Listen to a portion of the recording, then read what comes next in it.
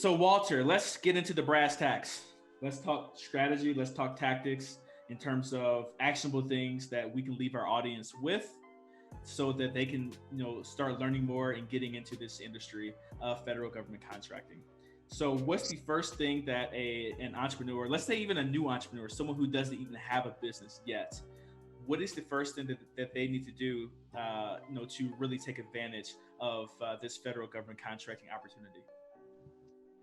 The first thing that they have to do is that they have to make up their own mind. And I mean that literally, right? Because there are a lot of misnomers. There are a lot of well-meaning people that are delivering distracting and limiting strategies and theories out there. Like for example, I'm sure you all have heard that old adage, you got to think outside of the box, right? If you want to be creative, you got to think outside of the box. Well, the truth of the matter is, in point of fact, the person that is thinking inside of the box is confined by the same boundary that the person that's thinking outside of the box is confined by. It's the box, right? They got to hang on to that boundary, right? In order to accomplish the things that you all are going to be attempting or endeavoring to accomplish, you have to recognize that there is no box. We have to break our addiction to the conditioning and the spells that our oppressors have placed on us if we are going to be able to accomplish things that we have never accomplished before. So we have to have a paradigm shift of our own. And that's the first thing that we need to do. We have to break our addiction to the oppressors' systems. Because I had this epiphany the other day, and I was reading this article that spoke to the fact that in 1681, the first reference in history to the term white people was found. The first recorded word in history that combined the creation of white people. And it occurred to me that at that same time, the term black people was created. The only difference is the people that created the term white people had the ability to set all the rules. So the first spell that we are under as a collective that we need to break is this spell of this idea that we have this separation in people. So the answer to the question that you asked me, what's the first thing that we need to do, is we need to shift our paradigm. We need to be willing to think boldly and boundlessly. If you do that, then you'll find your way to breaking a belief in limitations. Like, for example, one of the first things that you need to do in order to be able to be contract viable in the federal government is you have to have past performance. You have to have capability and capacity. You have to be able to demonstrate to the federal government that you have been there, done that, or they're not going to give you a contract just because of your preference. So the question is, how do you get there from here? Well, I'm going to show you how you go from the church pew on Sunday to being contract viable on Monday if you pay attention to what I'm cooking right now.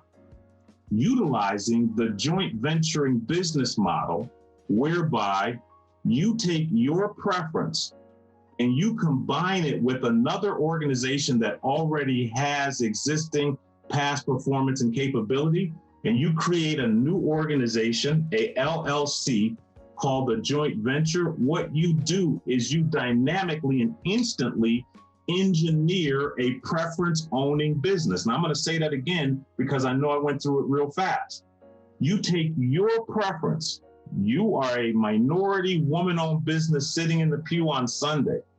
On Monday, you go out and find a small business that doesn't own your preference but has got past performance. You guys create a partnership, a joint venture. That new joint venture instantly owns your preference and their past performance, making you instantly contract viable.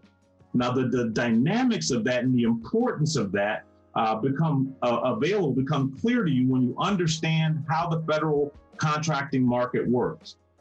Because at the end of the day, the federal contracting market is driven by human beings. And those human beings want to work smarter and not harder. So if you build a relationship with a contracting officer and they get in their mind's eye, listen, I can call Joan for just about anything because I know Joan knows how to do that joint venturing thing. Joan can be in a business making money in any area that contracting officer does business. So that's interesting. Yeah, so that's interesting, right? So, you can actually make a business by creating these joint venture partnerships and making money in a lot of different industries, which also is diversifying your revenue in terms of what the federal government may want as well. So I never thought about that type of strategy before. That's awesome. As a matter of fact, that's one of the systems that we teach our clients, right? We teach our clients to diversify because we explain to them, like Jay-Z says, you are a businessman, not a businessman. You are the business. And your customer wants what they want in your uniform. So they may want toilet paper today, they may want telecom tomorrow. But if you become proficient at creating strategic alliances, creating joint ventures, you can have a multi-division small business that meets your customer at their value threshold on a consistent basis. And again, you're taking advantage of human nature on the contracting side. Contracting officers want to fire a requirement and forget about it. They don't want it coming back to them in protests and stuff like that. You prove yourself proficient at that, you go from zero to hero. And again, I'm going to reinforce this as many times as I can during this podcast.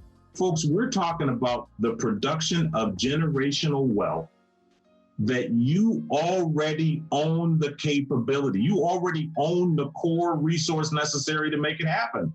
So when I hear people talking about these inclusive growth strategies for our community and things like these opportunity zones, which are, wolves in sheep's clothing, right? That's gentrification just hidden in another clothing, but we'll talk about that a little bit more later, right? I say to myself, if you're talking about an inclusive growth strategy for my community and your strategy doesn't include the needs of Pookie and Day Day in them, then you are not talking about an inclusive growth strategy.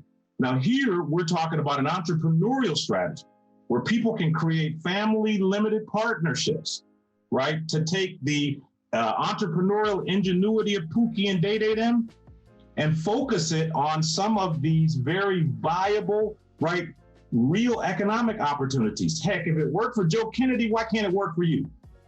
Right. These are the kinds of ideas and strategies, right, we need to be talking about as opposed to, begging people for a grant, right, to help our failing institutions out of trouble. This is one of the most robust seasons we have ever seen in the history of the diaspora.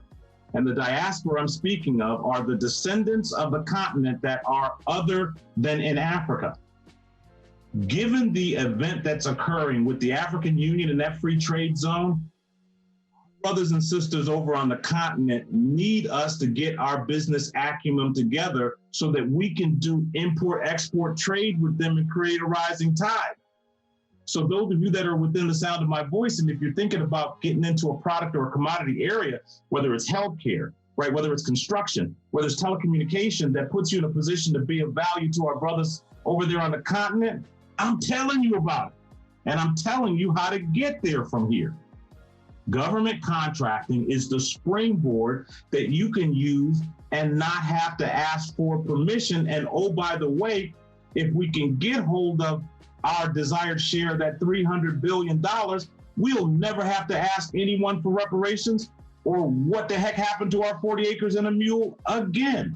So I'm talking to you about a solution, proven. This is not some pie in the sky idea that empowers you with the ability to be the disruptor that you're looking for.